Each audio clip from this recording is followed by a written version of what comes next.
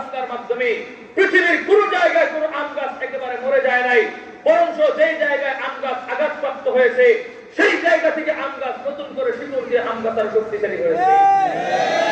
তো ইহুদি খ্রিস্টানরা আমাদেরকে শেষ করার জন্য ওরা চূড়ান্ত পর্যায়ে যখন যাবে, এর আগে আমাদেরকে মাঝে মধ্যে ট্রাই করে মুসলমানদেরকে শেষ করার জন্য কি করে জানেন?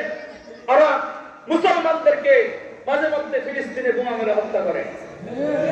ওরা মুসলমানদেরকে মাঝে মধ্যে হেফাজতের নাম দিয়ে সপ্তাহ চত্বরের মধ্যে গণহত্যা চালিয়ে শেষ করবার চেষ্টা করে। কিন্তু আম গাছের মধ্যে যেমন ইট পাটকেল নিক্ষেপ করার দ্বারা যেমন আম গাছের চূড়ান্ত পর্যায়ে কোনদিন শেষ হয়ে যায় না, বরঞ্চ আম গাছ আবার নতুন করে ঘুরে দাঁড়ায়, ঠিক তেমনি ভাবে যারা আজকে কুরআন এবং ইসলামের বিরুদ্ধাচরণ করে ইমানদার আর মুসলমানদের শক্তিকে নষ্ট করবার জন্য ফিলিস্তিনের মধ্যে আক্রমণ করতেছে, খোদার কসম খেয়ে বলি এই বম্বিং আর বোমা মেরে ফিলিস্তিনের শিশু হত্যা করে মুসলমানদেরকে কোনো আটকানো যাবে না, বরঞ্চ মুসলমান আবার নতুন করে কোনো একদিন ঘুরে দাঁড়াবে, যেটা আগের আম গাছের চাইতে বড় মজবুত হয়ে দাঁড়াবে। মুহতারাম হাজিরিন, বলবেন হুজুর কি করে? আমি আপনাদেরকে বলি, আমি আপনাদেরকে বুঝাই কিভাবে ঘুরে দাঁড়ায়। জানতে চান? কিন্তু আফগানিস্তানে তাকান। কোথায় তাকাবেন? আফগানিস্তান চিনেন আপনারা? কোন দেশ এটা? গোটা পৃথিবীর মধ্যে একটা রাষ্ট্র আছে, সবাই জানে এটা হচ্ছে সন্ত্রাসী দেশ, একটা জঙ্গি রাষ্ট্র। কি রাষ্ট্র? কথাগুলো বলতো কে? আমেরিকান ওয়ালা আর ইন্ডিয়া দালালরা। ওরা গোটা পৃথিবীর মধ্যে ছড়িয়ে দিয়েছে আফগানিস্তান নামে এমন একটা রাষ্ট্র আছে, যে রাষ্ট্রটা হচ্ছে জঙ্গি, উগ্রবাদী, মৌলবাদী, সুদা কথা মৌলবাদী, মৌলবী। এই বাচ্চারা কথা বলতেছে না,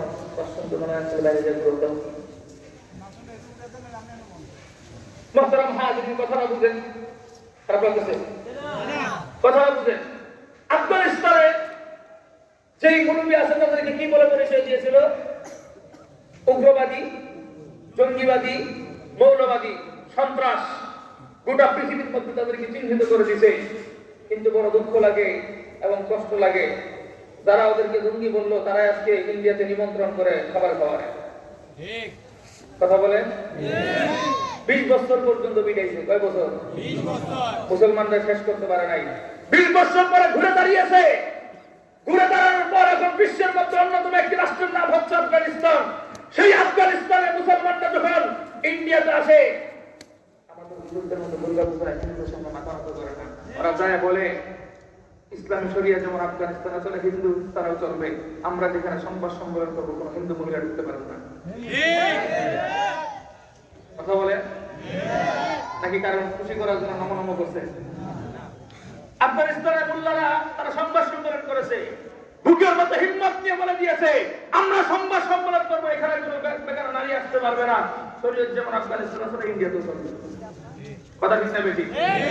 এখন কথাটা বুঝেন। তো আমি যে কথাটা বলতে চাচ্ছি, ওরা আমাদেরকে সেকশনলি মূলগতভাবে শেষ করে দেওয়ার ষড়যন্ত্র করতেছে।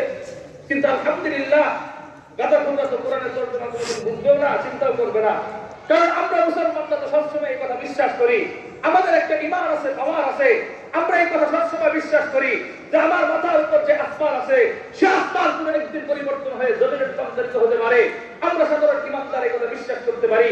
আবার আমরা এই কথাও বিশ্বাস করি আমার পায়ের নিচে যে জমিন আছে, সেই জমিন উল্টো হয়ে কোনোদিন আসমানে রূপান্তরিত হতে পারে। এটাও আমাদের যেমন বিশ্বাস হয়। কিন্তু আমরা এই কথা কোনোদিন বিশ্বাস করতে পারি না যে আল্লাহ দেওয়া কোরআনের কালো অক্ষর ভুল হতে পারে। কথা ঠিক যাবে? তাহলে যারা ষড়যন্ত্র করতেছে তাদের ষড়যন্ত্রের জবাব তো আমার আল্লাহ কোরআন মধ্যে বহু আগে দিয়ে রেখেছেন। ওয়া মাকারু ওয়া মাকারাল্লাহু ওয়াল্লাহু খায়রুল মাকিরিন। ইসলাম এবং কালেমার বিরোধিতা যারা করবে, ওরা বিরোধিতা করতে পারে, দিন শেষে তারা যুগের আবু জাহাল এবং ফেরাউনে রূপান্তরিত হবে। এটাই ইতিহাস। কিন্তু দোস্ত একটা কথা বুঝেন, তারা তো আমাদেরকে মূলগতভাবে শেষ করে দেওয়ার ষড়যন্ত্র করতেছে। একটা আক্রমণ হচ্ছে, মাঝে মধ্যে বোমা মারে, গুলি করে, আঘাত করে শেষ করে দেওয়ার জন্য ষড়যন্ত্র করে। কিন্তু জিনিস একটা বুঝেন, বাংলাদেশের মানুষ শুধুমাত্র জুলুমের শিকার হয়েছিল, নতুন কোনো চাকরি পাইতো না, সরকারি কোনো চাকরি পাইতো না। এই জন্য আবু সাঈদ আর মুগ্ধকে গুলি করে হত্যা করা হয়েছে। কথা বুঝলেন? তো বাংলাদেশের মধ্যে শুধুমাত্র জুলুমের বিরুদ্ধে আন্দোলন করার কারণে আবু সাঈদ আর মুগ্ধ রক্ত দিয়ে যদি গোটা বাংলাদেশটাকে জুলুম থেকে মুক্ত করতে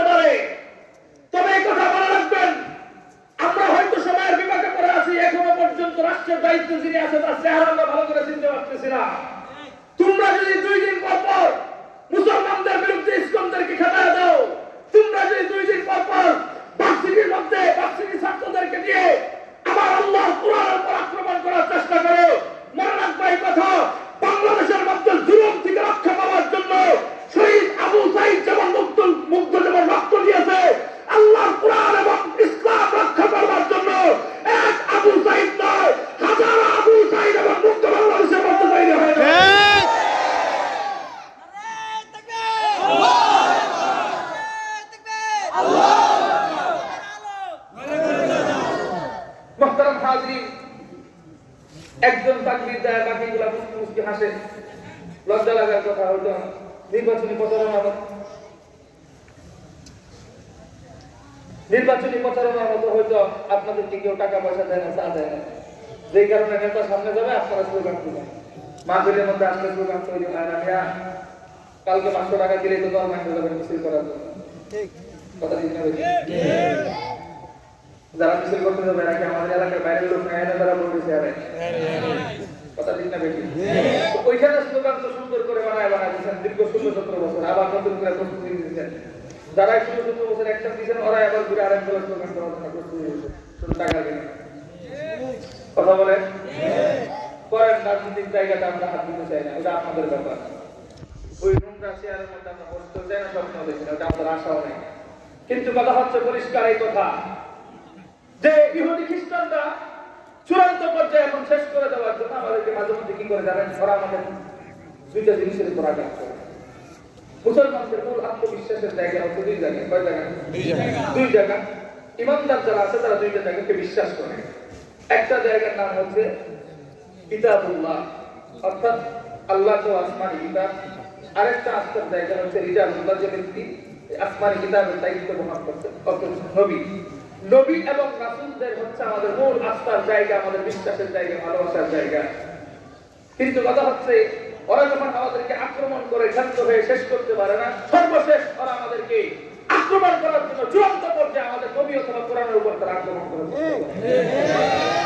এটা হচ্ছে তাদের লাশ আরেকটা হাতিয়ার। কিন্তু দোস্ত, একটা কথা বারবার বলি, তোমরা যতই ষড়যন্ত্র করো না কেন, তোমরা যত পর্যায়ে তোমরা ষড়যন্ত্র করো না কেন, যুগের আবু জাহাল যেখানে তৈরি হয়েছে, আমার আল্লাহ নবী মুহাম্মদকে দাঁড় করিয়ে দিয়েছেন। যুগের ফিরআউন যেখানে তৈরি হয়েছে, আমার আল্লাহ মূসাকে তৈরি করে দিয়েছেন।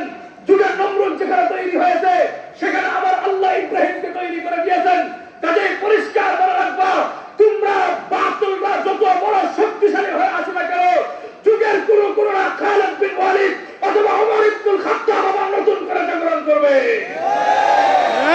হয়তো তোমরা ভাবতেও পারবে না, কারণ বাংলাদেশের মধ্যে যখন তসলিমা নাসরিন নাস্তিকবাদের রূপ ধারণ করে এসেছিল, তখন মুফতি আমিরে দাঁড়িয়েছিল। কথা ঠিক না বেশি? এখন তসলিমা নাসরিন যখন ভারত পালাইছে, মুফতি আমিন আল্লাহর দরবারে চলে গেছে। রাজীব ব্লগার এসে আল্লাহ নবীর উপর কটাক্ষ করলো, বাতিল হিসাবে রূপ ধারণ করলো, আমার আল্লাহ মুশরিককে দাঁড় করায় দিয়েছে। কথা ঠিক না বেশি? মুহতারাম হাজিরিন, কাজেই যুগের চাহিদা অনুযায়ী আমার আল্লাহ ইসলামকে রক্ষা করবেন। এখন কথা হচ্ছে আমার আল্লাহ যেই নবী এবং আমরা যাদের উপর আস্থা করি, বিশ্বাস করি, একটা হচ্ছে কিতাবুল্লাহ আর একটা হচ্ছে রিজালুল্লাহ। এই দুইটা জায়গা আমার আশ্বাসের জায়গার মধ্যে ইহুদি খ্রিস্টানরা মাঝে মধ্যে আক্রমণ করে। কিন্তু আমার কথা হচ্ছে আল্লাহ পাক রব্বুল আলামিন বলতেছেন, আমি যে আসমানি কিতাব এবং কালেমার দায়িত্ব সমাজের মধ্যে দিয়েছি, যারা এই কালেমার দায়িত্বগুলো বহন করবে, যারা এটার দাওয়াত সম্প্রসারণ করবে, আমার আল্লাহ পাক রব্বুল আলামিন সাময়িকভাবেও তাদেরকে পরীক্ষা করলেও সর্বশেষ ইজ্জত বাড়ায় দেবে আল্লাহ। আর আসতে বলে আল্লাহ কিভাবে করে আমি আপনাদেরকে বুঝাই।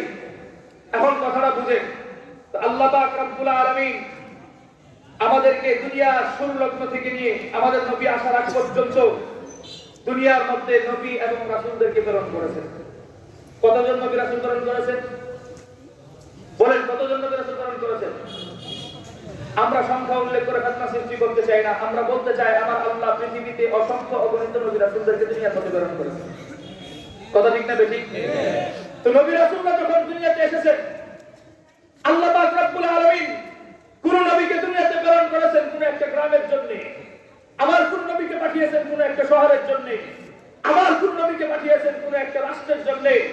আল্লাহ এভাবে যুগে যুগে নবী এবং রাসূলদেরকে পাঠিয়েছেন।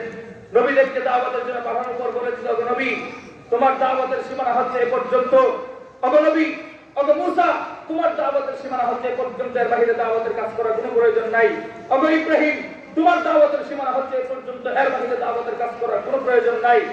খবরদার নবীগো, তোমরা নিজেরা দাওয়াত দিবা, এটা সত্য, কিন্তু তোমাদের উম্মত দাওয়াত দেওয়ার কোনো ইনফরমেশন আমি আল্লাহর পক্ষ থেকে নাই। সুবহানাল্লাহ। উম্মত হিসেবে দাওয়াত দেওয়ার শুধুমাত্র বাংলাদেশের চাঁদপুরের মানুষের এবং গোটা পৃথিবীতে বর্তমান যারা বসবাস করতেছে মুহাম্মদের উম্মত হিসেবে তারাই আওয়াজ করে। এই কালেমার দায়িত্ব সবাইকে দেওয়া হয় নাই, শুধুমাত্র তোমাকে আমাকে দেওয়া হয়েছে। কিন্তু কথাটা বুঝেন, প্রকৃতপক্ষে যারা এই কালেমার দাওয়াত দিতে আসতেন, আসার পরে ওনাদের একটা নীতি ছিল, ওনারা একটা আসমানি কিতাব নিয়ে আসতেন, আসার পরে ওনারা রাষ্ট্রের মধ্যে শরীয়ত পরিচালনা করতেন। কিন্তু ওনার যখন টাইম শেষ হয়ে যেত, চলে যেতেন, আল্লাহ পাক আরেকটা নবী পাঠাইতেন অথবা রাসূল পাঠাইতেন। যেই নবী এবং রাসূলদেরকে পাঠাইতেন, তো উনি আসা মাত্রই আগের নবীর আসমানি কিতাব বা নবুয়ত বা শরীয়ত বা টোটাল সমস্ত কিছু বাতিল হয়ে যেত। নতুন নবী আগমন করতেন, নতুন নবীর আগমন অনুযায়ী নতুন কিতাব অথবা নতুন রিসালাত অথবা শরীয়ত অনুযায়ী রাষ্ট্র পরিচালনা হতো। এভাবেই চলতে চলতে কতদূর পর্যন্ত চলে? ঈসা আলাইহিস সালাতু ওয়াস সালাম পর্যন্ত। আপনারা একটু আমার সাথে ঠান্ডা মাথায় জবাব দিবেন, ঈসা যখন দুনিয়া থেকে চলে যায়, মক্কা মদিনার মধ্যে একজন নবী আগমন করে, বরং তো দেখি সেই নবী কি শুধু মক্কা মদিনার জন্য আগমন করেছে? আর আসতে বলে ইন্ডিয়া বঙ্গ এলাকা কোন এলাকার জন্য এসেছে? গোটা পৃথিবীর জন্য যেই নবী এসেছে, সেই নবী আসবার পর আবার পরিষ্কার ঘোষণা করলেন, আনা খাতামুন নাবিয়্যিন লা নাবিয়্যা বাদি, আমি শেষ নবী, আমার পর আর কোন নবী আসবে? আমি শেষ নবী, আমার পর আর কোন নবী হতে পারে? কাজেই মাঝখানে যদি কোন গাঁজাখোর কাদিয়ানের বাহিনী ওরা যদি নিজেদেরকে নবী দাবি করে, নবী দাবি করতে পারে, কিন্তু খবরদার এই কথা পরিষ্কার বলতে পারি, ওরা নিজেদেরকে নবী দাবি করলেও আমার চাঁদপুরের সাধারণ পাবলিকের জুতাবাড়ি খাওয়ার জন্য। কথা ঠিক না বেশি? কিন্তু দোস্ত একটা কথা বুঝেন, তো আমার নবী তো চলে গেছেন, আগের নবীদের আসমানি কিতাব বা নবুয়ত বা আমার নবী চলে গেছে। এখন বলেন তো দেখি, আমার নবী চলে যাওয়ার পর আমার নবী রেখে যাওয়া আল কোরআন হাসানাবাতি আর আছে? আমার নবী রেখে যাওয়া কালেমা হাসানাবাতি সবকিছু তো ঠিকই আছে, সবকিছু তো ঠিকই আছে, নবী তো নাই। এখন সাধারণ পাবলিক প্রশ্ন করতে পারে, হুজুর নবী যেহেতু নাই, এই কোরআন এবং কালেমার দায়িত্ব বহন করবে কে? পরিষ্কার জবাব, ওয়ারাসাতুল আম্বিয়া, নবীর আলেম সমাজ। কোন সমাজ? বলেন কোন সমাজ? যেই সমাজের মধ্যে আল্লাহ নবুয়তের দায়িত্ব দিয়েছেন আলেম সমাজদেরকে, আর সাধারণ পাবলিক জনগণ সবাই মিলে সেই আলেমদেরকে বানায় রাখছে গোলামের সমাজ। কথা আসতে বলে আপনারা আমাদেরকে দেখেন, আমরা কিছুই বুঝি না। হুজুরদেরকে দেখলে রাস্তা সালাম করেন, ভালো কথা, যথেষ্ট পরিমাণ সম্মান করেন, এটা আমরা জানি। কিন্তু প্রকৃত পক্ষে কোনো পাবলিক চায় না হুজুর উন্নত। বিশ্বাস করেন আপনাদের? যদি এটাই যদি হইতো, 1 বছর আন্দোলন করে 1 মাস 500 টাকা বেতন বাড়ানো যায়। কথা বলেন? যদি এই মসজিদের সভাপতি থাকে, সে ইমাম সাহেবের মেহমান আসলেও, ইমাম সাহেবের যদি কোনো মেহমান আসে, ওই মেহমানের পিছনে 1000 টাকা খরচ করে, কিন্তু এই বছর 1 মাস বেতন বাড়ায় না। হইলো একটু করে আমরা ডিসকাস করে কথা বলি।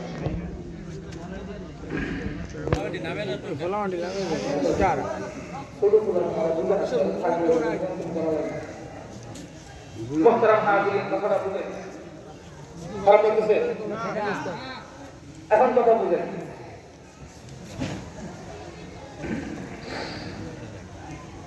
কোন আলোচনায় ছিলাম? আমার নবী দুনিয়াতে নাই, আসমানি কিতাব হাসানাবাতি আছে, কালেমা হাসানাবাতি আছে, সবকিছু ঠিক আছে। এখন এগুলো চালাবে কে? পরিষ্কার জবাব, ওয়ারাসাতুল আম্বিয়া, নবীর আলেম সমাজ। কোন সমাজ? আলেম সমাজ। এই কালেমার দায়িত্ব বহন করবে।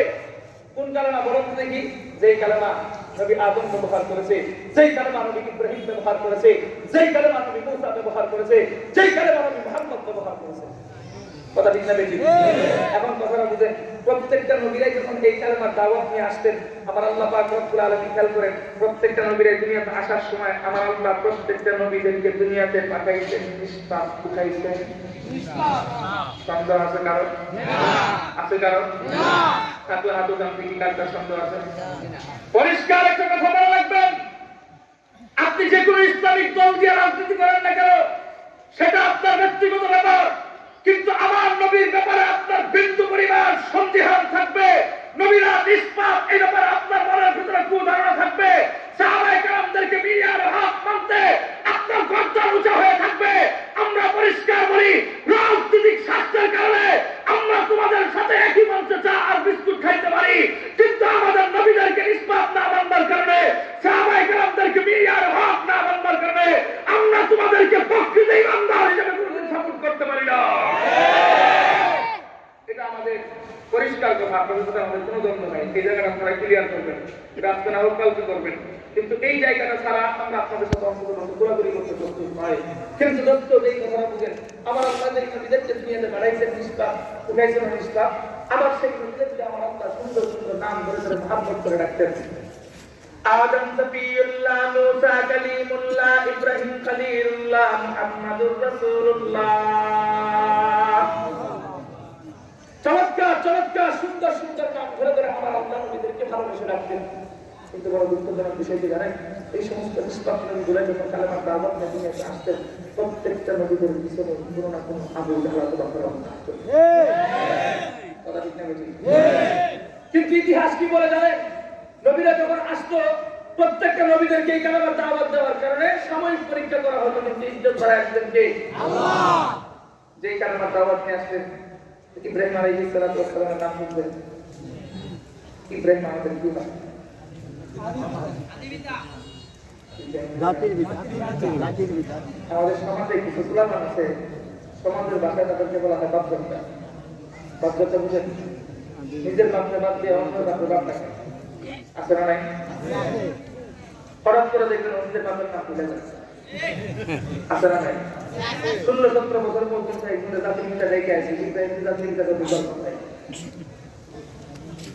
কথা বলেন?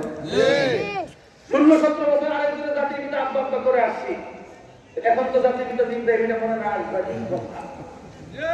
কথা ঠিক না বেশি?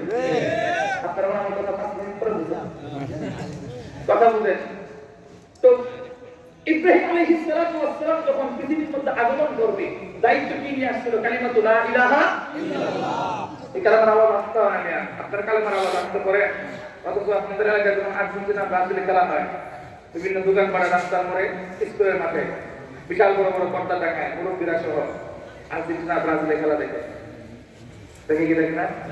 রাত্রে 2টা নাই 3টা নাই আর্জেন্টিনা ব্রাজিলে খেলা দেখবার সময় খেয়াল করবেন, ফুটবল গোলের ভিতরে ঢুকবার আগে মুরব্বী মানুষ তার গলা দিয়ে আতঙ্ক দিচ্ছে, ভয়ঙ্কর আওয়াজ হয় গোল বলে। অথচ মাহফিলে আইসা আওয়াজ হয় না, বোঝা যায় না ভিতরে ঝামেলা আছে না। বেটা তোমার মাহফিলে এসে কালেমার আওয়াজ হয় না, তোমার নবী তো তোমার ব্যাপারে পরিষ্কার ঘোষণা করে দিয়েছেন, মান ক্বালা লা ইলাহা ইল্লাল্লাহ ওয়া দাখালাল জান্নাহ। বেটা তুই এই দুনিয়া থেকে যতটা পরিমাণ ঈমান নিয়ে মৃত্যুবরণ করবি, আমার আল্লাহ তোর এই দুনিয়ার বড় দুনিয়ার সমান জান্নাত দান করবে। তাহলে এই কালেমার আওয়াজ আসতে হবে না জোরে হবে? আমি আবারও বলছি, প্রত্যেকটা নবীরা এই পৃথিবীতে কি কালেমার দাওয়াত নিয়ে আসতো? কালিমাতু লা ইলাহা ইল্লাল্লাহ। এই কালেমার দাওয়াত নিয়ে যখন পৃথিবীতে আগমন করবে, আগম সংবাদ পেয়েছিল এক ব্যক্তি, যার নাম হচ্ছে নমরুদ লাআনাতুল্লাহি আলাইহি। নমরুদ যখন জানতে পারলো পৃথিবীর মধ্যে ইব্রাহিম আগমন করবে, জানো মূর্তি ভাঙবে, কালেমার দাওয়াত দিবে, তো এই কালেমার দাওয়াত যেন মানুষের সামনে জানতে পারে, এই জন্য আগের থেকে একটা ষড়যন্ত্র করেছিল। সেই ষড়যন্ত্রের নাম হচ্ছে জন্ম নিয়ন্ত্রণ ষড়যন্ত্র। কি ষড়যন্ত্র? বলেন কি ষড়যন্ত্র? সবাই বলেন কি ষড়যন্ত্র? জন্ম নিয়ন্ত্রণ ষড়যন্ত্র বোঝানোর জন্য উদাহরণ দিই। ইব্রাহিম যদি আমাদের জাতির পিতা হয়, ওনার বাবা আমাদের কি হয়? সবাই বলেন। অনেকে বলতে সাহস পাবেন না যদি ভুল হয়। এটা বলার কারণ আছে, কারণ আপডেট যুগ চলতেছে, তো আমাদের ছেলে মেয়েরা এখন বিয়ে করে ক্লাবে যায়, তারা সম্পর্ক এই কারণে বাপের বাপরে দাদা হয়, এটা আমাকে দিলে আর আসতে পারছি। এই কথা শুনে আমার মুরব্বীরা খুশি হয়েছেন অনেক, না খুশি হওয়ারই তো কথা। ছেলের বুকে আর এমনি ক্লাবে যায়, আপনারা বন্ধুকে না করলে বাড়িতে কথা বলেন। মোহতারাম হাজিরিন, তো বাপের বাপ কি হয়? আর আসতে মনে রাখেন, ক্লাবে রাখেন সমস্যা নাই, কিন্তু কথাটা মনে রাখেন, বাপের বাপ কি হয়? তো ইব্রাহিম আলাইহিস সালাতু ওয়াস সালাম আমাদের জাতির পিতা, ওনার বাপ আমাদের হচ্ছে দাদা। এই দাদা যেন দাদির সাথে মিলন করতে না পারে, এই জন্য ষড়যন্ত্র করেছিল নমরুদ, কারণ দুইজন একত্রিত হলেই ইব্রাহিম আগমন করবে। কিন্তু কথাটা হচ্ছে, বলুন তো দেখি, ষড়যন্ত্র করে নমরুদ কি সফল হয়েছে? ইব্রাহিম আলাইহিস সালাতু ওয়াস সালাম দুনিয়াতে এসেছেন, কালেমার দাওয়াত দিয়েছেন, চূড়ান্ত পর্যায়ে মূর্তিগুলোকে ভেঙে খাদের মধ্যে কুরআন পর্যন্ত ঝুলিয়ে দিয়েছেন। কিন্তু দিন শেষে আজকে পৃথিবীর মধ্যে ইব্রাহিমও নাই, নমরুদও নাই, কেউ তো নাই। কিন্তু ইতিহাস দেখেন, বর্তমান যুগে ইব্রাহিম আলাইহিস সালাতু ওয়াস সালামের নাম শুধুমাত্র মুসলমান নয়, জাতি ধর্ম নির্বিশেষে ইব্রাহিমের নাম যদি কেউ একবার উচ্চারণ করতে চায়, শতবার ভালোবাসা এবং সম্মানের সাথে ইব্রাহিম আলাইহিস সালাতু ওয়াস সালামের নাম উচ্চারণ করতে হয়। কিন্তু নমরুদের নাম মুসলমান তো দূরের কথা, ওনাদের বংশীয় সালাসামানরা হিন্দু, খ্রিস্টান, বৌদ্ধ, চাকমা, গারো, এগুলোর মধ্যে কারো খুঁজে পাওয়া যায়। আসেন ইব্রাহিমের কথা বাদ দিলাম, বুঝার কথা বলছেন, খুব ঠান্ডা মেজাজের মানুষ না?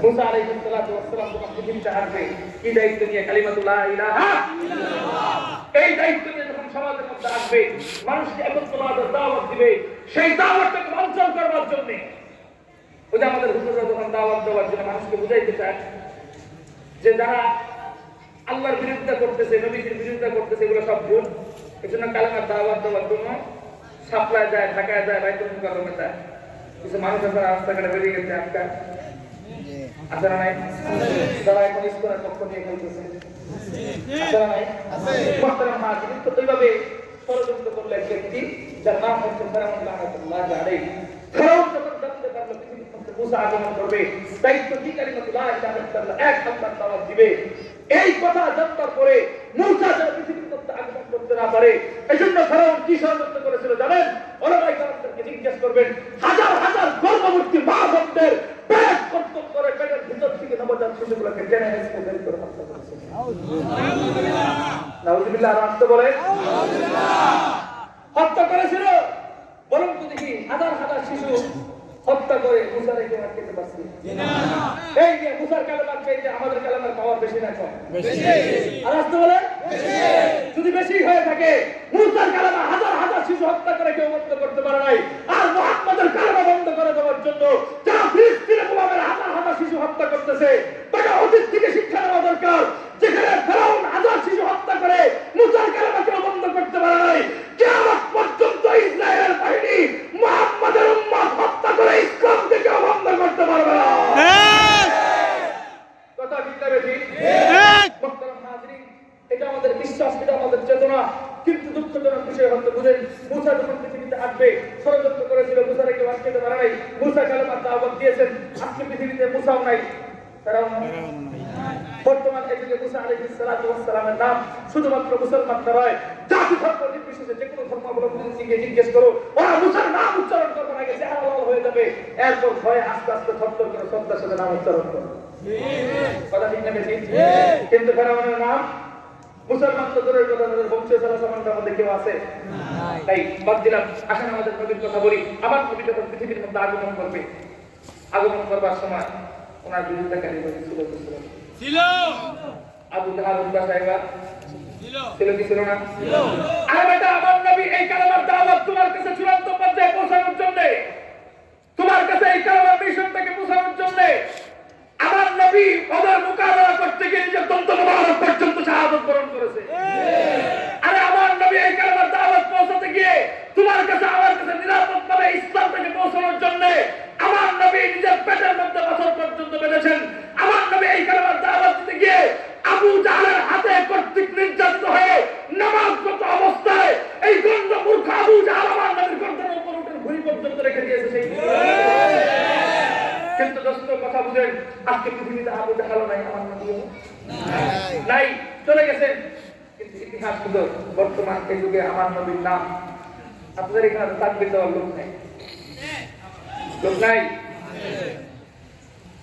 এই জন্য তো বলছি টাকা দিলে নির্বাচনের স্লোগান বের হতো আমার ভাই তমুক ভাই তমুক ভাই এত সুন্দর আলোচনা হলো রাস্তা দিয়ে কেউ দাঁড়াইতে থাকবে কেউই নাই কথাটা বুঝেন আমার নবী চলে গেছেন আবু জাহলে চলে গেছেন আমার নবী সম্পর্কে একটু জিজ্ঞাসা করবেন আপনাদের এলাকাতে হিন্দু ভাইরা আছে দোকানে দোকানে হিন্দুরা আছে মিষ্টি বেছে সেলুন পাস করে হিন্দু ভাইদের কাছে জিজ্ঞেস করবেন আমি হাত দিয়ে বলতে পারি হিন্দু ভাইদেরকে জিজ্ঞাসা করার পরে হিন্দুরা আমার নবী সম্পর্কে তারা কমেন্ট করবে কি জানেন পরিষ্কার বলবে আমরা হিন্দু হতে পারি কিন্তু তোমাদের মুহাম্মদকে আমরা ধর্মগুরু হিসাবে মানি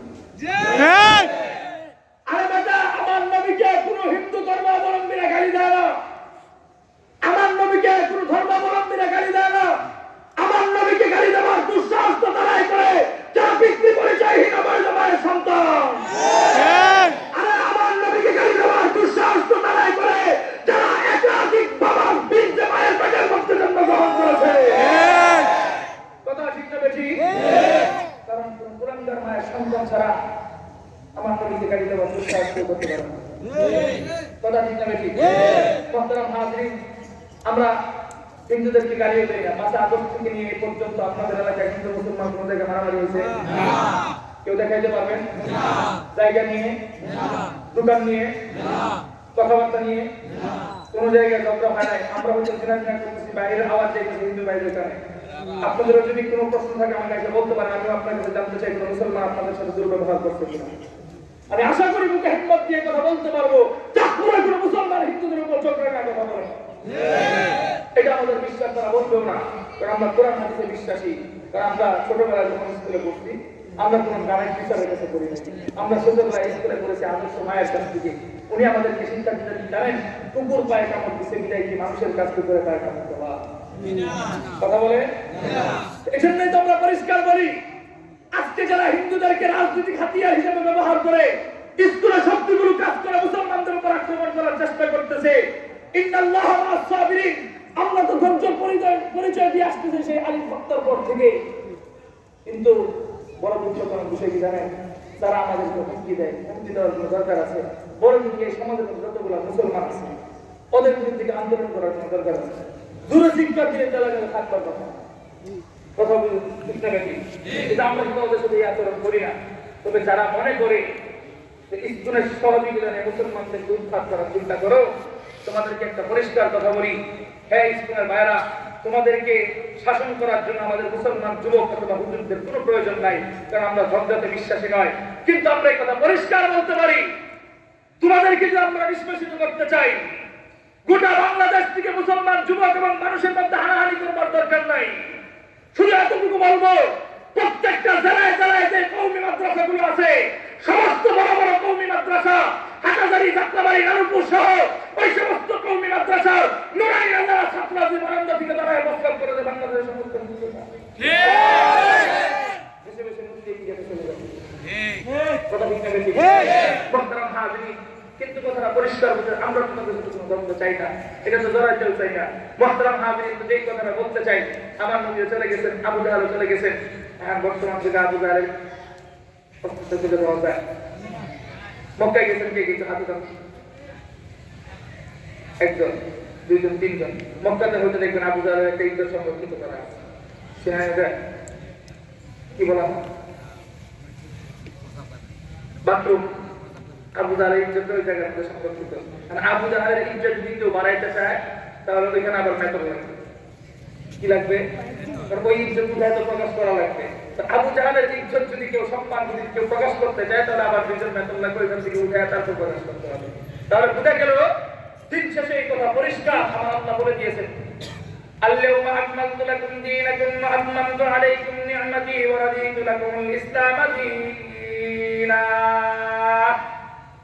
আমার আল্লাহ এই ইসলামটাকে চূড়ান্ত পর্যায়ে কমপ্লিট করেই দুনিয়ার মধ্যে পাঠিয়েছেন।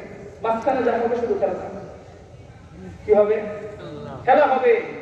ওদেরকে দিয়ে বেঈমানদেরকে পরীক্ষা করবে, আমাদেরকে দিয়ে আমাদের ঈমান পরীক্ষা করবে। যে যেটাতে সফল হবে সে তার রাস্তা বেছে দিবে। কিন্তু পরিষ্কার একটা কথা বলতে চাই, যেহেতু যুগের পর যুগ ইসলামের এই দাওয়াতি মিশন চলে আসতেছে, আজও পর্যন্ত চলতেছে। আমার আল্লাহ মুহাম্মদের এই কালেমার খবর, অন্যান্য নবীদের সীমান্ত ছিল এক নবী আসার পর আরেক নবীর দাওয়াতের সীমানা বন্ধ। কিন্তু আমার নবী যেহেতু চলে গেছেন, আমার নবীর কালেমাও রেখে গেছেন, কোরআনও রেখে গেছেন। এখন আমাদের কাছে প্রশ্ন আসতে পারে, এই কালেমার দাওয়াত কতদূর পর্যন্ত চলবে জানতে চাও? এই কালেমার দাওয়াত শুধু কিয়ামত পর্যন্ত নয়, কিয়ামতের ময়দানেও চলবে। আওয়াজ করে বলেন আল্লাহু। অনেকে হয়তো ভাবতে পারবে কিয়ামতের আগ পর্যন্ত মনে হয় চলবে, আর প্রমাণ চলবে না। আমার নবীর কালেমার খবর কিয়ামতের ময়দানে চলবে।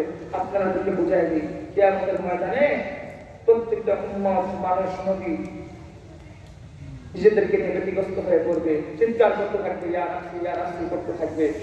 একজন নবী থাকবেন ব্যতিক্রম নবী, তোমার নবী, আমার নবী, মায়ার নবী, রাহমাতুল লিল আলামিন। তিনি সন্তানের অবস্থায় শুধু আমার জন্য, তোমার জন্য কান্না করবে, ইয়া উম্মতি বলে বলে। কিন্তু দোস্ত, ওই কিয়ামতের ময়দানে প্রত্যেকটা নবীদের উম্মতগুলো নবীদেরকে অপবাদ দিবে। কি অপবাদ জানেন? আপনাদেরকে সহজে বুঝাই দিই। আপনাদের এলাকার মধ্যে ইমাম সাহেব আছেন, খতিব সাহেব আছে না? সুন্দর বয়ান একবার করলে স্যার, দুইবার করলে মুক্তালা, তিনবার করলে মসজিদ গুলা আছে না নাই?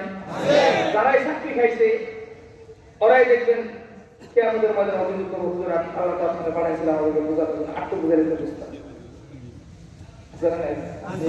মুহতারাম হাজিরিন, কথাটা পরিষ্কার বুঝেন। কিয়ামতের ময়দানে প্রত্যেকটা নবীদের উম্মতগুলো নবীদেরকে অভিযোগ করবে, নবী তোমাকে আল্লাহ দুনিয়াতে পাঠিয়েছিল ইসরায়েলি সম্প্রদায়ের মধ্যে কালেমার দাওয়াত বহন করার জন্য। কই তুমি আমাদেরকে দাওয়াত দাও না? মুসা চিন্তা করে দিলেন, মুসা দাওয়াত দিলেন, তারা আমাদের রমজানে বিরোধ সবই খাই না, দাওয়াত তো গ্রহণ করে না, আবার ওগুলো বিরোধ বিষয়টা আমি টেনশনে করে দেবো। মুসা আলাইহিস সালাতু ওয়াস সালামকে এগুলো প্রবাদ দেওয়া হবে যে তোমাকে দাওয়াতের কাজ করার জন্য আমাদের সমাজে পাঠিয়েছে, দাওয়াত দেওয়া হবে। এই কথাগুলো যখন বলবে আমাদের এই যুগের আলেম সমস্ত আমাদের টেনশন করবার কোনো কারণ নাই, ইব্রাহিম টেনশন করবার কোনো কারণ নাই, তোমরা দাওয়াত দিচ্ছ এটাই সত্য, তোমাদের মিথ্যা বলতেছে, আস্তে করে আমার তো আল্লাহু আকবার। নবীরা জিজ্ঞাসা করবে তোমরা এগুলো কোথেকে জানলে? এই যুগের আলেম সমাজ পরিষ্কার জবাব দিবে আমরা আল্লাহর কোরআন থেকে পড়ে এসেছি। সুবহানাল্লাহ, আওয়াজ আসতে হয়, সুবহানাল্লাহ আওয়াজ আসতে হয়। এই যে এখান থেকে সুবহানাল্লাহ পড়তে দেরি হয়, রহমতের ফেরেশতা তোমার জন্য জান্নাতের ভিতরে গাছ লাগাইতে দেরি হয় না। সুবহানাল্লাহ। মুহতারাম হাজিরিন, কিন্তু কথাটা বুঝেন, আমার নবীর এই কালেমার দাওয়াত কিয়ামত পর্যন্ত চলে না, কিয়ামতের ময়দানে চলে। কিয়ামতের ময়দানে যে কালেমা চলবে, খোদার কসম খেয়ে বলি, ঈমানের এই দাওয়াত কিন্তু পৃথিবীতে কেউ বন্ধ করতে পারে নাই, পশ্চিমকালে কেউ পারবে না। মুহতারাম হাজিরিন, এখন একটা কথা বলি, আমরা বললাম যে আলেম সমাজ এই কালেমার দায়িত্ব বহন করবে, তো আলেম সমাজের প্রতি আমাদের কি থাকা দরকার, কি শ্রদ্ধা থাকা দরকার, এটা আমরা একটু বুঝি। এটা বুঝবার আগে এটা বুঝি, সারাদিন আলোচনা শুনবার পরে বহু চমৎকার চমৎকার ঘটনা শুনলাম, অথচ নিজের ভিতরে ইমানটা কতটুকু আছে এটা বুঝতে পারলাম না। তাহলে এই আলোচনা কোনো মূল্য আছে? বলেন। আজকে আমি আপনাদেরকে একটা জিনিস শিখা দেবো, এই ইমান যদি আপনার ঠিক থাকে, আপনি ইমান ঠিক রাখার পর অল্প কিছু আমল করতে পারেন ইখলাসের সাথে। লাউ আন্না আহলাল কুরা আমানু ওয়াত্তাকাউ লাফাতাহনা আলাইহিম বারাকাতিন মিনাস সামাই ওয়াল আরদ। তোমার ঈমান এবং তাকওয়া দুইটা জিনিসকে কন্ট্রোল করে যে জিন্দেগি যাপন করতে পারো, আমার আল্লাহ পাক রব্বুল আলামিন তোমার সৃষ্টিকর্তা তোমার সাথে ওয়াদা করেছেন, অঙ্গীকার করেছেন, কমিটমেন্ট করেছেন, প্রতিশ্রুতি দিয়েছেন, আনা আইদুলাকুম বিমাসিস সামাওয়াতি ওয়াল আরদি, আমি আল্লাহ তার জন্য আসমান এবং জমিন থেকে বরকতের দরজা খুলে দিব। সুবহানাল্লাহ। এখন আমরা সর্বপ্রথম বুঝি হোয়াট ইজ মিনিং অফ ঈমান। ঈমান খায় না মাথায় যায়, কোনো দরকার আছে না? আছে না নাই? খারাপ লাগতেছে আপনাদের মনে হয়? না। আলোচনা কত করেছে, বেশি তো হয় নাই, চলবো না, শেষ করে দেব। কথাটা বুঝেন, ঈমান কাকে বলা হয়? ঈমান বলা হয় আল্লাহর দেওয়া যত বিধান আছে, রাসূলের দেওয়া যত তরিকা আছে, সমস্ত বিধান এবং তরিকাকে বদ্ধ করে বিশ্বাস করার নাম ঈমান। তাই সেটা আমার বুঝে আসুন, তাই সেটা আমি আমল করি অথবা আমল করার সাথে ঈমানের কোনো সম্পর্ক নাই। আমল করার সাথে ঈমান বাড়ার সম্পর্ক, কিন্তু মূল ঈমানের সম্পর্ক কি? বিশ্বাসের সাথে। কথা ঠিক না? এখন মহিলাদের তো আস্তে করে আওয়াজ দিয়ে বলবেন যাতে এই অবস্থা ভিতরে বাইরে না যায়। বলুন দেখি, নামাজের হুকুম দিয়েছেন কে? আল্লাহ। আর আস্তে বলেন কে? আল্লাহ। রোজার হুকুম দিয়েছেন কে? আল্লাহ। সদস্ত যাকাতের হুকুম দিয়েছেন কে? আল্লাহ। পর্দার বিধান দিয়েছেন কে? আল্লাহ। সব বিধান কিন্তু আমার আল্লাহ। আমার আল্লাহ তোমাকে তৌফিক শক্তি দিয়েছে। ও যুবক, তোমার শরীরের মধ্যে রক্ত গরম, মন চাইলে তুমি মসজিদে যাও না, মন চাইলে যাও না, সপ্তাহে একদিন যাও, 2 দিনে যাও, জানাজারে যাও। আমরা জানি, সবই জানি, এটা হচ্ছে তোমার একান্ত ব্যক্তিগত ব্যাপার, তুমি মসজিদে যাবে কি যাবে না, কিন্তু আল্লাহ তোমার এই নামাজের বিধান সম্পর্কে কটূক্তি করার কোনো যুবকের অধিকার নাই। রোজার বিধান দিয়েছেন কে? আল্লাহ। কোন ব্যক্তির স্বাস্থ্য অনেক ভালো হোক বা না ভালো, সে রোজা রাখবে কি রাখবে না সেটা আমার আল্লাহ তার স্বাধীনতা দিয়েছে। রোজা না রাখলে তার শাস্তি হিসাবে আল্লাহ তাকে জাহান্নামে দিবে। চাইলে আল্লাহ বিভিন্ন গুনাহ করে কারণে মাফ করে দিতে পারে, সেটা আমার আল্লাহর ইখতিয়ার। কিন্তু মুসলিম ইমানদার হিসাবে রমজানের বিরোধিতা করার কোনো কারো অধিকার নাই। হজের বিধান দিয়েছেন কে? আল্লাহ। আল্লাহ হজের বিধান দিয়েছেন, তোমার লক্ষ লক্ষ কোটি কোটি টাকা আছে, তোমার মন চাইলে তোমার বউকে তুমি হেলিকপ্টার দিয়ে উঠায় নিয়ে আসো, তোমার মন চাইলে তুমি আমেরিকায় ঘুরতে যাও, তোমার মন চাইলে তুমি লন্ডনে যাও, সিঙ্গাপুরে যাও, ঘোরার জন্য ট্যুরে যাও, তোমার একবার তোমার দিল কাদের মক্কায় যাওয়ার জন্য আমার আল্লাহর কাছে কোনো আপত্তি নাই। কিন্তু দোস্ত, ইমানদার হিসাবে হজের বিরোধিতা কোরআনদার লজিক সিদ্দিকীর মতো বক্তব্য দেওয়ার তোমার কোনো অধিকার নাই। এখন সহজে বুঝেন, আপনাদের এলাকায় একজন যুবক আছে, বিশাল বড় এক চামড়া পাঠা, বুঝেন? পাঠা বুঝেন? খালি ছায়ার বড়, বিশাল বড় চামড়া পাঠা, ভুলেও কোনোদিন পশ্চিম দিকে সেটা দেয় না। আছে না নাই? খেয়াল করবেন, এই সমস্ত যুবকরা যখন পশ্চিম দিকে সেটা দেয় না, বলুন তো দেখি এরা ইমানদার না বেঈমান? আর আসলে বেঈমান বলেন না, বলার আগে একটু চিন্তা ভাবনা করেন। নামাজ পড়ে না দেখে বেঈমান, ইমান দুর্বল। কি ভাই? ইমানদার ইমান দুর্বল। আরেক ব্যক্তি আছে পাঁচ ওয়াক্ত নামাজও পড়ে, আপনাদের তো জানি বিশ্বাসের সাথে ভালো সম্পর্ক আছে, সবার সাথে মোটামুটি সম্পর্ক করেই চলে, কিন্তু দেখা যায় কি শীতের দিনে আসলে মসজিদে এসে ইমাম সাহেব প্রশ্ন করে, হুজুর আল্লাহ কোন কোন শীতের মধ্যে ঠান্ডা পানি দিয়ে উজু করে গোসল করে ফজর নামাজ পড়ে আছে না নাই? এখন ইমানদার না বেঈমান? শুধু বেঈমান না, বেটা চূড়ান্ত পর্যায়ে বেঈমান। কথা ঠিক না বেঠিক? নামাজ না পড়তে পারো তোমার ব্যর্থতা, তুমি চুপ থাকবা, কিন্তু আল্লাহ কেন বিধান দিয়েছে সেই কষ্ট করবার যতক্ষণ তোমার কোনো অধিকার নাই। কথা ঠিক না বেঠিক? এখন কথাটা বুঝেন, আপনাদের এলাকাতে ছোট ছোট বাচ্চারা আছে, ছোট ছোট বাচ্চাদের মধ্যে কিছু বাচ্চা সুন্দর বাচ্চা বয়সে ছোট ছোট বাচ্চাদের অনেক বাচ্চা অনেক সুন্দর, হাসি খুশি, তারা দুষ্টামি করলে মানুষের ভালো লাগে। আমি কিছু বলতাম না, কিন্তু আমার আলোচনা ডিস্টার্ব হতেছে। কথাটা বুঝেন, অনেক ছোট ছোট বাচ্চা আছে যেগুলো মানুষ সমাজের মধ্যে ভ্যারাইটিস বাচ্চা বলে, একজনের বাচ্চা 10 জনে ভালোবাসে, আছে না নাই? নিজের বাচ্চারা চকলেট কিনা দেয় না, ওরা দেখলে দোকান থেকে এনে মজা কিনা দেয়, কারণ চেহারার প্রতি একটা মায়া আছে, একটা ভালোবাসা আছে। তো ওই যে বাচ্চাগুলো জন্ম নিচ্ছে, মনে করেন এই বাচ্চাটা আপনার ঘরে জন্ম নিচ্ছে, গুলুমুলু বাচ্চা, এটা কি বলে গুলুমুলু, সুন্দর একটা বাচ্চা জন্ম নিচ্ছে, এটা যেন সবাই মহব্বত করে। তো আপনি কি করছেন, আর বাংলাদেশের সুন্দর না খাওয়ায় বাইরের থেকে প্রোডাক্ট কিনা খাওয়াইছে। তো যেই বাচ্চার ওয়েট থাকবার কথা বয়স অনুযায়ী 5 কেজি, ওই বাচ্চারা আপনি বানাইছেন 15 কেজি। কয় কেজি? তো 15 কেজির বাচ্চা যেমনিতে গুলুমুলু, আরো বানাইছেন গুলুমুলু। তো এই বাচ্চা যখন আস্তে আস্তে বড় হয়, বিশাল বড় বড় দামটা পাতার মতো একটা সাইজ নিয়ে উঠতেছে। তো আমাদের মুসলিম সমাজের মধ্যে রমজান মাস যখন আসে, তখন আমাদের কাছে বয়স কোনো ম্যাটার না। মুসলমান সমাজে সবাই রোজা রাখে, বয়স চাই 4 বছর হোক 5 বছর হোক, চেষ্টাতে উঠলে বাপ মা করে সবাই উঠে চেষ্টাতে সেরে খায়, এবং সবাই রোজা রাখে। এটা তারা না বুঝে মুরব্বীদেরকে জিজ্ঞাসা করবেন। আমরা যখন ছোট ছিলাম তখন মুরব্বীরা আমাদের মধ্যে মাথার মধ্যে থাপ করে জিজ্ঞেস করতে, তুই আজকে কয় বেলা খায় রোজা? কথা ঠিক না বেশি? কি জিজ্ঞেস করতো? কয় বেলা খায় রোজা, মানে কি বুঝেন? শেষ সন্ধ্যে ঘুম থেকে উঠছিলি কিনা। তো এই কথা জিজ্ঞেস করার মানে আমাদের সমাজের ছোট ছোট বাচ্চারা রোজা রাখে, কেউ সকাল 7টা পর্যন্ত, কেউ 9টা পর্যন্ত, কেউ যখন আজান পর্যন্ত, কেউ আসর আজান পর্যন্ত, কেউ ইফতারি সাইলেন্ট দেওয়ার 5 মিনিট আগ পর্যন্ত সহ্য করতে পারে না, খায় ভেঙে ফেলে। বয়স অল্প, রোজার বয়স হয় আছে না নাই? কারণ সবাই রোজা রাখে। কিন্তু আলহামদুলিল্লাহ ওই যে আপনার যে কোনো বাচ্চা ছিল না, আমি বেশি পড়া খাওয়া বড় করছেন, স্বাস্থ্য খারাপ করবো বিদায় কোনোদিন রমজানে রাখবেন নাই, রোজাও রাখার নাই। এখন বয়স হয়ে গেছে 21-22 বছর, বিশাল বড় একটা আমরা মাথা, রমজানে রোজা রাখে না। আর রোজা না রাখলে কি হবে?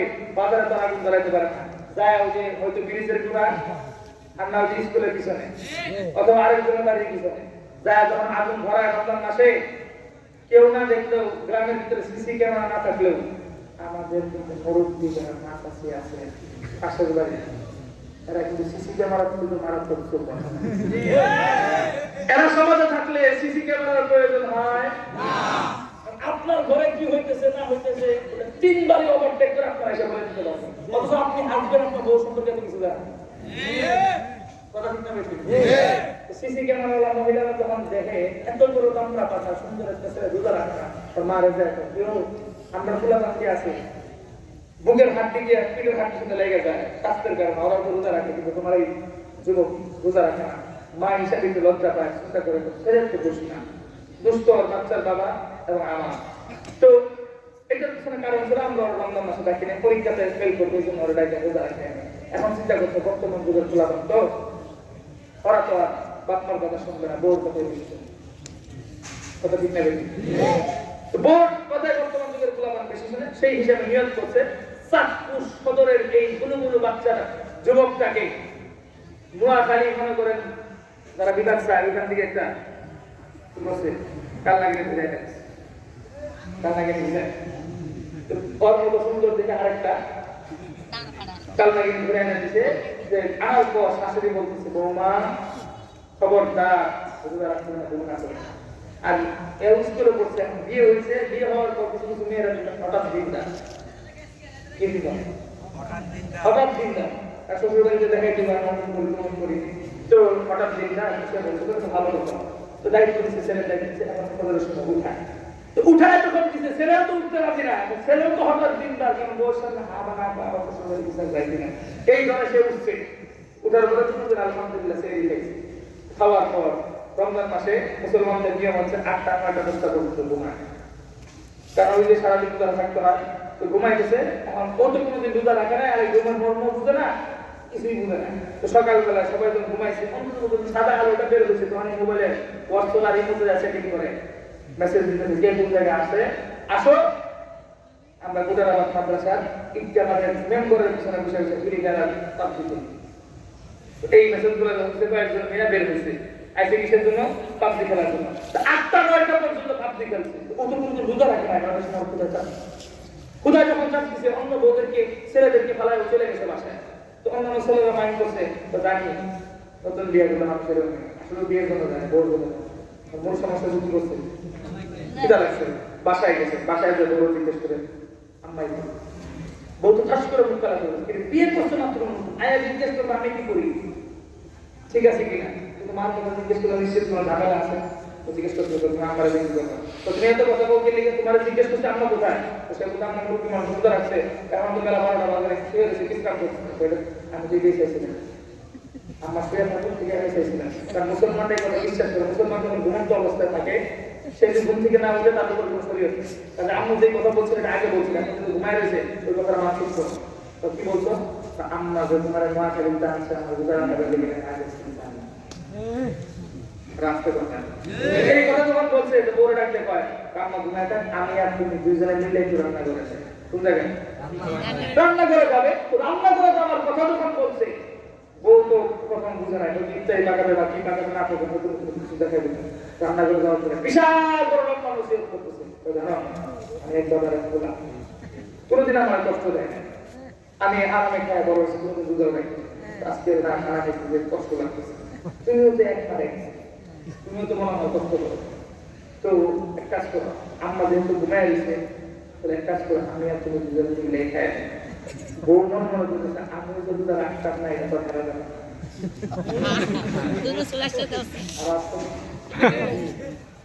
এখন সে রোজা ভাঙার জন্য বহু কৌশল বুঝতেছে, সে হঠাৎ দিনদার বাংলা শিক্ষিত, সে চিন্তা করতেছে আল্লাহ রোজা রাখা কি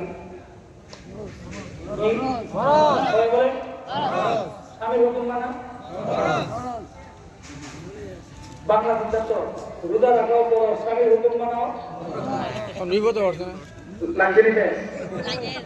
চিন্তা করতেছে আর কি করে বাংলা পড়ার সাথে ফিরে গেছে, চিন্তা করতেছে আল্লাহ যদি না মানে খরচ যদি ভেঙে লাগে একটু করে যাবো তবা করে নেয়, আল্লাহ তো সাগর পরিমাণ গুণা নিয়ে আমার তবা করো, আমার আল্লাহ মাফ করে দিবে, আমি মাফ করে পাইতেছি। স্বামীর কথা যদি না আসে, স্বামী যদি মাফ না করে কেউ মাফ করে কথা কয় বিষয় এটা না, বিষয়টা লাগছে। তো দুজনে মিলে চিন্তা করতেছে ঠিক আছে স্বামীর কথায় মানলাম, দুজনে মিলে পরামর্শ করে তো আয় দুজনে মিলেই খাই, আছে না নাই আছে। এই যে রোজাটা বাংলা এখন তাদেরকে কি বলবেন, ইমাম না বেমানের কত কাহিনী করতে, আগে রোজা ভাঙতো তারপর রোজার উপর প্রশ্ন করতো না, ইমামদার রোজা ভাঙতে সাহস পাইছে না কিন্তু রোজা রাখে নাই কোনোদিন কষ্ট পেতেছে, এই জন্য তো করার কৌশল।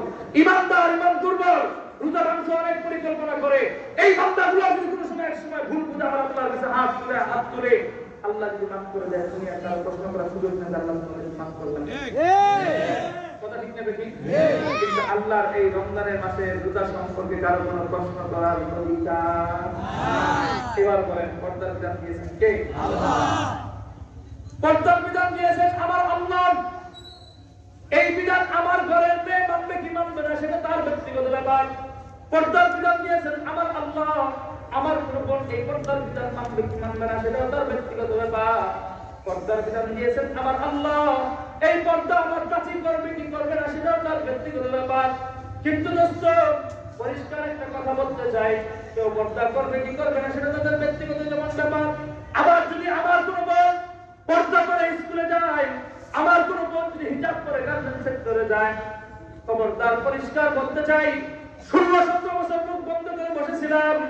আমার কোনো বোন নতুন করে হিজাব করে যদি গার্মেন্ট সেক্টরে যাওয়ার পরে যদি গার্মেন্ট সেক্টরে ম্যানেজার যদি আমার বোনের বন্ধুর উপর হাত দেওয়ার চেষ্টা করে, কোন স্কুলের হেড স্যার যদি আমার বোনের দুর্গার উপর হাত দেয়, খোদার কসম খেয়ে বলি মুসলমান সব সহ্য করলেও আমার বোনের ইজ্জতের উপর আক্রমণ করবে, কোন হিন্দু ছেলে আমার বোনের ইজ্জত নিয়ে ছিনিমিনি খেলবে, খোদার কসম খেয়ে বলি অন্তত পক্ষে আমরা মুসলমান এই কাজ বরদাস্ত করার মতো কখনোই আমরা শান্ত হয়ে থাকতে পারি না। তাকে পরিষ্কার কথা, তোমরা যারা আমার বোনের হিজাবের উপর আক্রমণ করার চেষ্টা করো, নতুন করে হিজাব করে স্কুলে হাত চাচুনি আমার বোনের উপর হাত দেওয়ার চেষ্টা করে, আমরা মুসলমান ঐক্যবদ্ধ হয়ে সেই গাছা করে হাত ছেড়ে হাতকে আমরা ভেঙে করিয়ে দিব। কথা ঠিক না ঠিক? মোহতারাম হাজরিন, পরিষ্কার একটা কথা বলতে চাই, আমাদের এই সমাজ কিভাবে পরিবর্তন হবে না হবে সেটার বিষয়ে আমাদের কোনো ধারণা নাই। রাজনীতি সম্পর্কে আমরা বুঝতে চাই না, বুঝি, কিন্তু বলবো বুঝতে চাই না, বোঝার দরকার নাই। ওলামায়ে কেরাম ঐক্যবদ্ধ হবে বলে আরো অনেক দূরে সরে গিয়েছে। রাখতে পারেন আপনাদের সমাজে ডিভোর্স হয় না? ডিভোর্স, স্বামী স্ত্রী যখন ডিভোর্স হয় ওই সময় যখন এলাকার মুরব্বী সেটমেন্টে আমরা বৈঠক করছি, বসার পর ওনারা বলেন আর একটা দুটো সপ্তাহ সময় যদি একটু ভালো ফলাফল আসে নেই কিনা, কেন দুইজনে কল্যাণের জন্য। তো একটা সংসার তো সহজে ধরা যায় না, ভাঙ্গাটা সহজ, এই জন্য সিদ্ধান্ত নেই যার কয়েকটা দিন সময় নাও, বুঝো, উভয় ক্ষেত্রে বুঝো। তা আমিও মনে করি ওলামায়ে কেরাম ঐক্যবদ্ধ হওয়ার জন্য বেশি না 3 দিনের জন্য যদি ইন্ডিয়া থেকে আমার আকারে আমার সুবিধা হবে,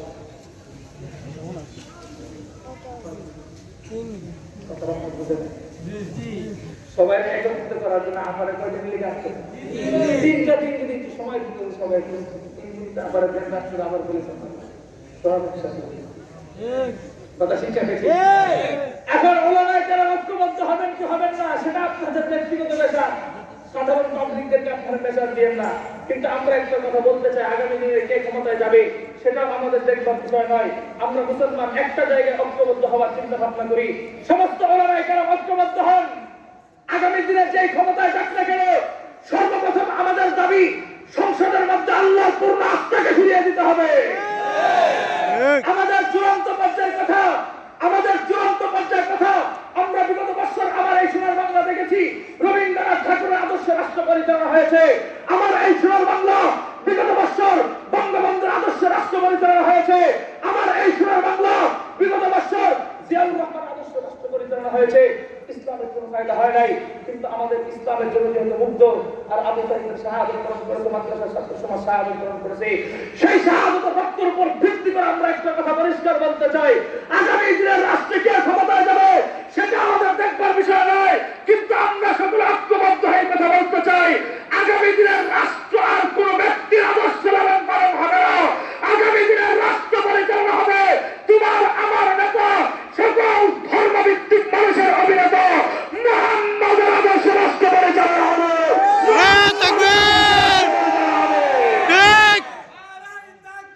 আল্লাহু আকবার, আল্লাহু আকবার, জিন্দাবাদ জিন্দাবাদ জিন্দাবাদ জিন্দাবাদ, ঘরে ঘরে জালো, ঘরে ঘরে জালো। মুহতারাম হাজরিন, আল্লাহ পাক রব্বুল আলামিন,